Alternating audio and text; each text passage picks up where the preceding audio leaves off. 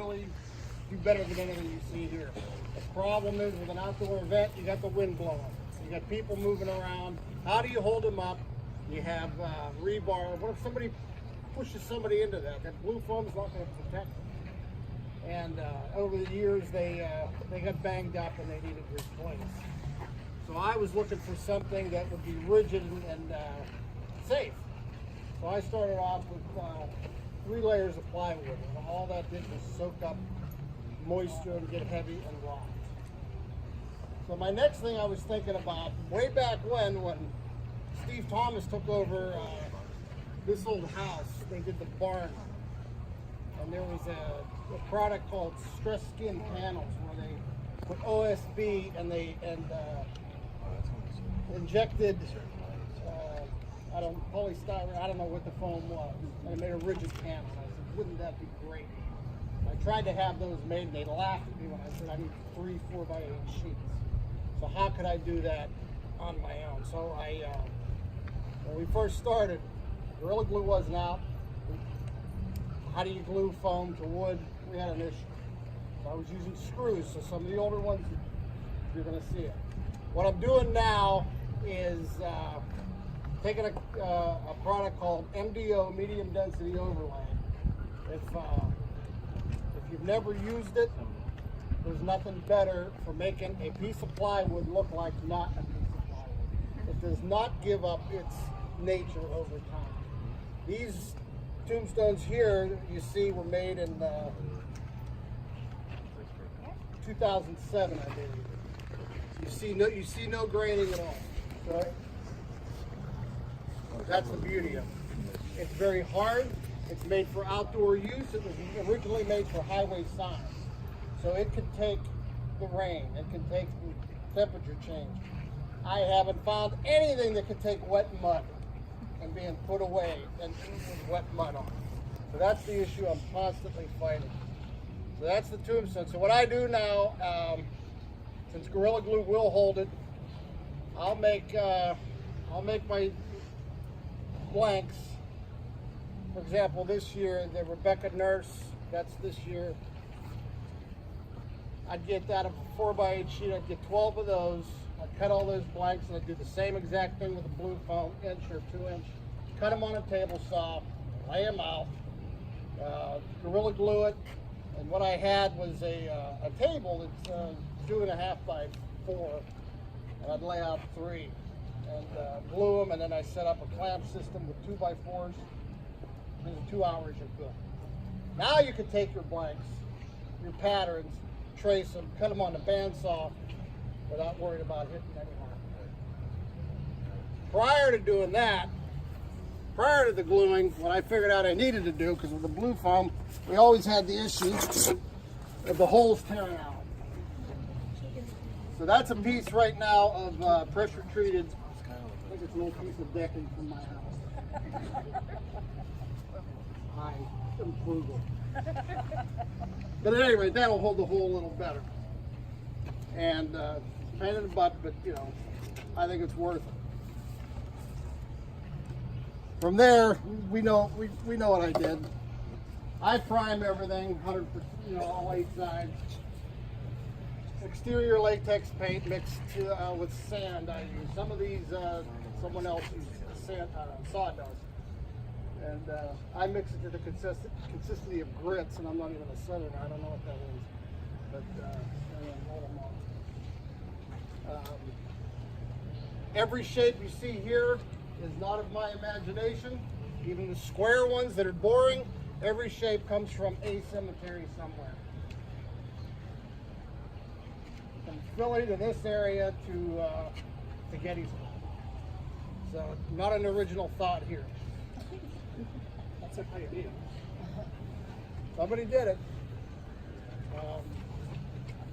What else? Any luck I've had with green wood has not worked out.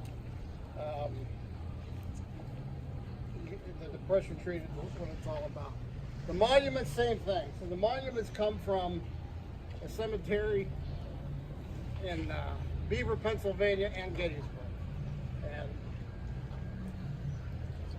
They are scaled down. I think the average base size was about 55 inches when you see these in the real cemetery.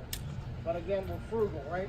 So the widest piece I can make is 48 inches to be cost effective.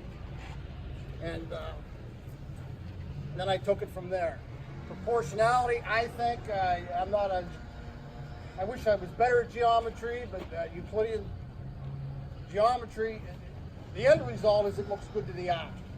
And for me, the big thing was this dimension is the same.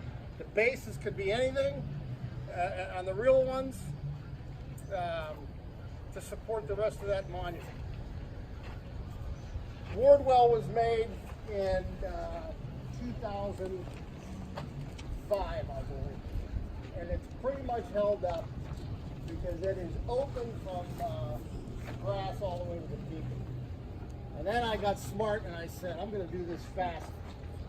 And I started making whole boxes out of plywood. And we got one over there. I don't want you to look at it. They held moisture. And I remember the one year we moved the old quarry, and I was moving it, and I could actually hear water sloshing around the top. I thought, how could this be possible? I sealed everything. So now I went back to what I did originally. And you can see I still have a moisture problem. You put this stuff out in the grass, especially with all the rain we've had, and it's amazing how it works and how it just wicks water. But now everything under there, pressure treated. The NBO, you get to see it unpainted there. I wish I had samples to pass around if someone's not familiar with it. No, sorry, which part is the NBO? That's the skin. Oh, okay. And it's a ½ inch. And as you get into this, you want to be very careful because some people out there will sell you single-sided. And you don't want single-sided. And some of them that did rot on me had there's a face of plywood on the inside, and that doesn't stand up to moisture at all. Every connection I made is with Gorilla Glue. I'm crazy about this stuff. Don't get it on your skin. Yeah, I know. To make one of these, it's 2 sheets of 4x8 MDO and 6 2x6x8. So that weight, by my calculation, I've never weighed one. These come in around 250 pounds. But for us, we got actors who like to jump around and jump off of them and let them take the abuse. I actually had one fall off the back of my trailer one time and bounce. It took it.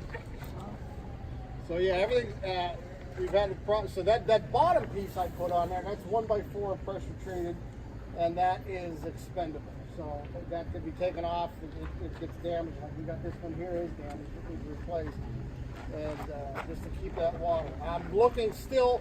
So now you have the MDO is great. It will take water face on, no problem. What about the end grain? Anybody got a suggestion for me on that? I'm all ears. I can't find anything. I took raw Gorilla Glue the last several years with a gloved hand and tried to just seal it that way. So we'll see how that works.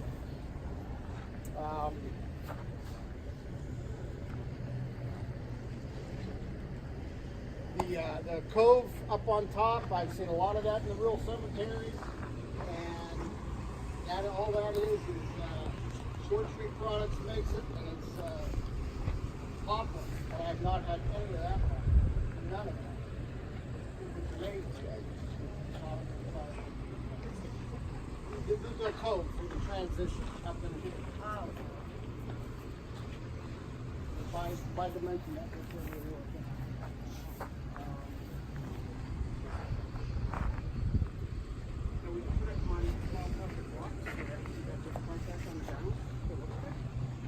I do not. That's why I make the expendable frame on the bottom. Maybe you're right. I don't. When you don't have enough grass supply the opening, Right. You have a lot less contact on for moisture, Right. and it wouldn't absorb anything. We don't have as much grass as you think, because there's some tombstones when I see them, they don't set them all the way out. They're trying to get ready.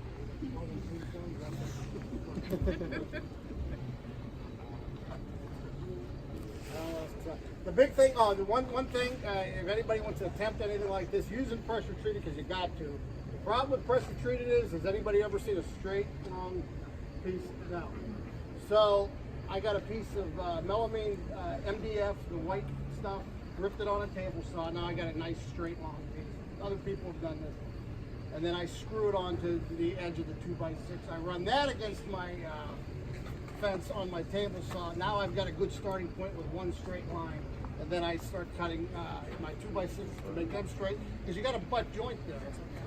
You want that nice. And then my 2x2s that I use going up the corners, you want those straight. If you don't, you end up with problems later. Gorilla Glue, I use it in excess on every joint because it fills the holes and then it sands off easily before painting. Thank you. Let me say this okay about my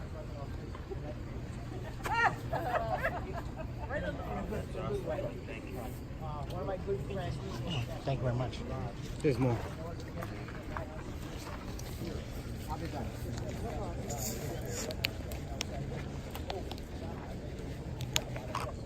They look so realistic in this trail. Even when we get fast on the highway coming home.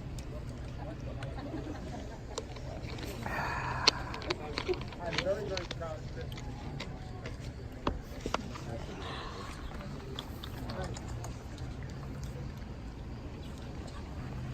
That's not my script, that's your script. Yeah, For the practical open for the function. I can't get into this. Cracked open just a little bit.